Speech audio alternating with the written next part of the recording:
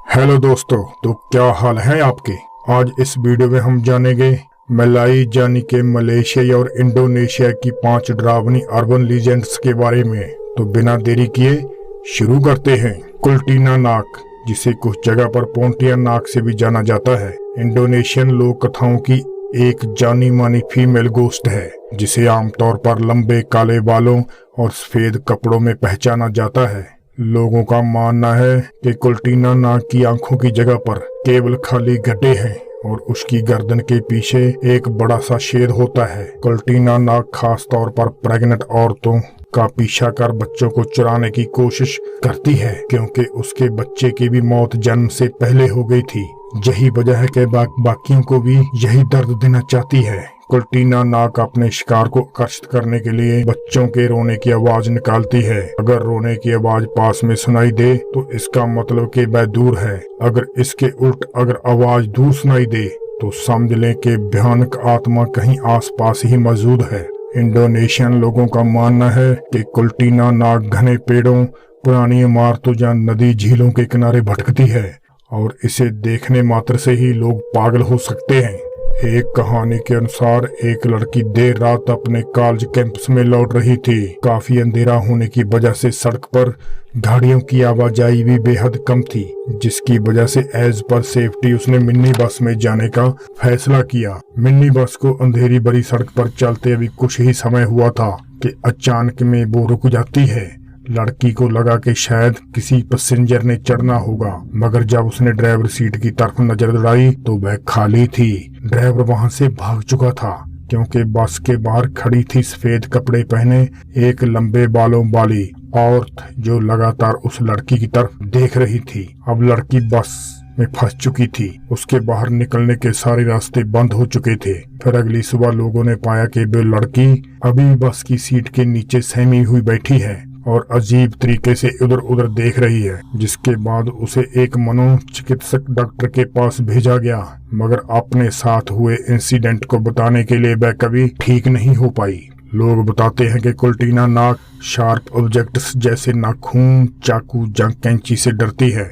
अगर इनमें से किसी को भी उसकी गर्दन के पीछे बने छेद में धंसा दिया जाए तो वह मर जाएगी। इंडोनेशियन एक भूत का नाम सिस्टर नेगोसेट यानी के रेंगत हुई नरस, कई जगह इसे सिस्टर नीरा तो कई जगह इसे सिस्टर गेम्पिंग भी कहा जाता है, मगर किसी को इसका एग्जैक्ट नाम नहीं मालूम। लेकिन उसकी कहानी कुछ इस प्रकार है।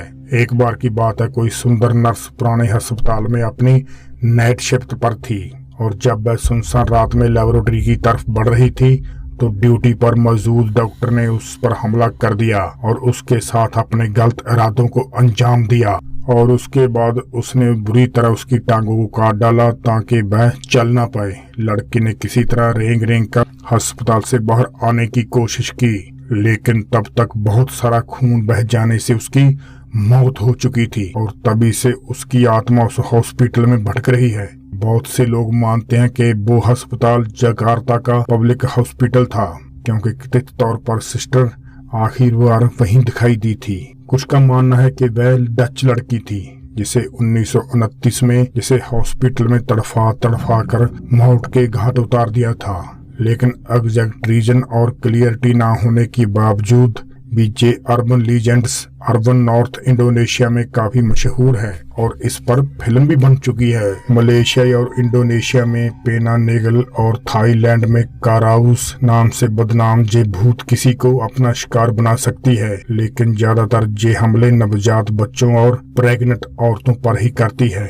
दिन के समय तो पेना नेगल एक आम औरत जैसी नजर आती है, मगर रात गहराते ही उसका सर धड़ से अलग हो जाता है और सिर के पीछे अपने आंतरिक अंगों को लटकाए पेना नेगल खाने की तलाश में निकल पड़ती है और जहां भी उसे अपना मनचाहा शिकार मिलता है तो वह अपनी लंबी जीभ से उसका सारा खून चूस लेती है। और जो कोई उसके हमले से बचकर जिंदा रह जाता है तो वह हमेशा के लिए लाइलाज बीमारी का शिकार हो जाता है। कहा तो ये भी जाता है कि सुबह होने से पहले ही पेना नेगल को अपना सर अपने बाकी शरीर से जोड़ना पड़ता है, वरना उसकी मौत होनी तय है। इस भूतिया क्रीचर से बचने के लिए कई तरीके भी बताए जाते हैं, जैसे कि खिड़की दरवाजों पर तीखे ऑब्जेक्ट्स लगाना, क्योंकि जब भी वह घर में घुसे तो उसके लटकते हुए अंग उससे कट जाएं। और वही अगर किसी को पैरानेगल का खाली पड़ा धड़ मिल जाए तो उसे उसमें कांच के टुकड़े डाल देने चाहिए, ताकि अंगों को शरीर में वापस डालते वक्त बुरी तरह जख्मी हो जाए।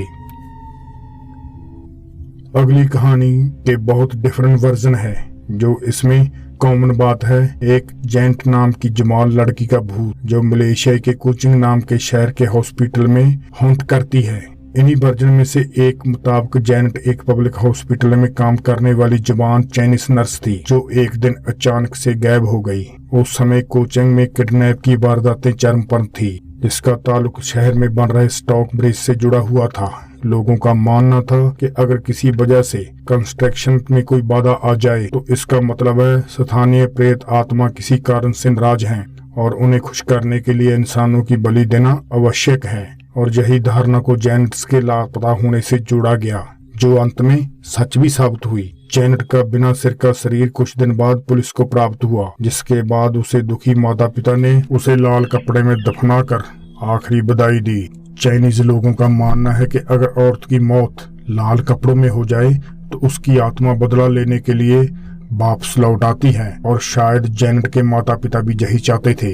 जल्द ही कोचिंग के बाहरी गांव में रहने वाले लोगों ने लाल कपड़े में एक लड़की को देखे जाने की बात बताई, जो आदमियों को अपनी तरफ अट्रैक्ट करती थी।